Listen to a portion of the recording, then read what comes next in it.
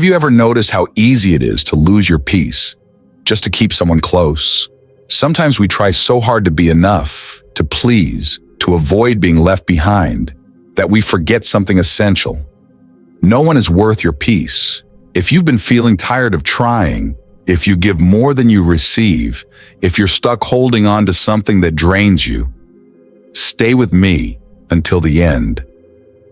Maybe this message is exactly what your heart needs to hear today. And before we continue, take a second to subscribe to this channel. This isn't just another channel about love. It's a space for reflection, healing, and self-discovery. Every video here is made for people who are ready to stop surviving and start living in peace. So if this message resonates with you, turn on notifications and walk this journey with me toward calm, clarity, and freedom. There are moments in life when silence speaks louder than words, moments when the soul, tired of holding on, simply whispers, "Enough." It's not always easy to admit when a relationship stops being love and becomes a burden.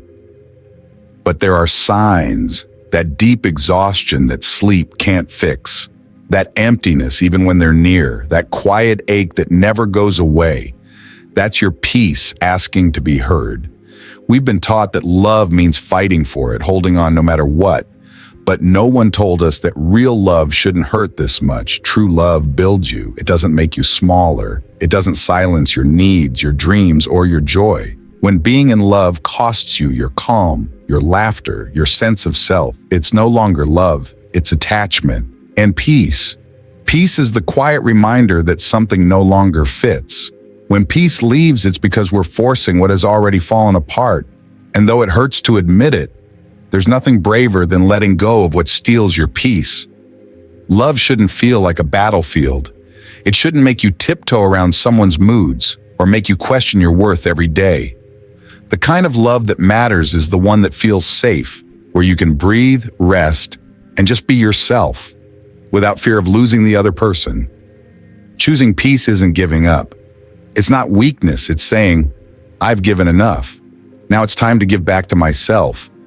That isn't selfishness, that's self-respect. Think of a plant. When the soil no longer nourishes it, no matter how much sunlight and water it gets, it starts to fade, not because it's weak, but because the ground no longer feeds its roots. That's what happens with us too. You can love deeply, but if the environment no longer allows you to grow, you begin to wilt. And sometimes the most loving thing you can do is to replant yourself, to move, to start again, to bloom elsewhere. Maybe as you listen, you feel a lump in your throat. Maybe you're living in that in-between, not happy, but afraid to leave. If that's you, breathe.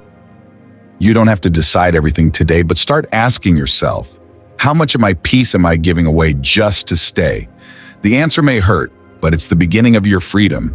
If this message speaks to you, type in the comments, I choose peace. That small sentence could be the first promise you make to yourself in a long time. Because love isn't supposed to be a prison.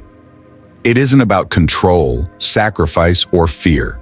Love is about freedom shared between two souls. When love turns into anxiety, uncertainty, or emotional exhaustion, it's no longer love, and peace will never live in a heart that's constantly afraid. Close your eyes for a second. Imagine waking up in calm, no tension, no eggshells, no need to prove your worth. Imagine a day where you can just exist, peacefully.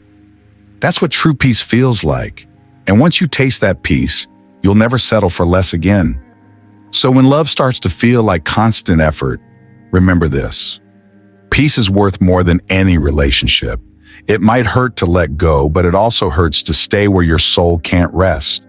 And one kind of pain heals, the other doesn't. Sometimes love ends without villains. Not because there wasn't love, but because the paths diverged, and forcing them to meet again only deepens the pain. Letting go doesn't mean you stop loving. It means you love yourself enough not to stay where your spirit feels small. If this message touched your heart, share this video with someone who might need it. You never know whose day or life it might change. Sometimes one sentence is enough to open someone's eyes to the truth they've been avoiding. When you choose peace, silence comes first. And at first, that silence feels scary, but in time it becomes your home. You start to hear yourself again, your real thoughts, your real needs. You realize that solitude isn't punishment, it's healing. It's the space where you rebuild, where you learn to live without fear of losing anyone, because what's meant for you will never require you to suffer, and then life changes. You begin to attract people and situations that match your calm. You start to see that peace isn't the absence of love, it's the soil where love truly grows, because love without peace is just chaos with a pretty name.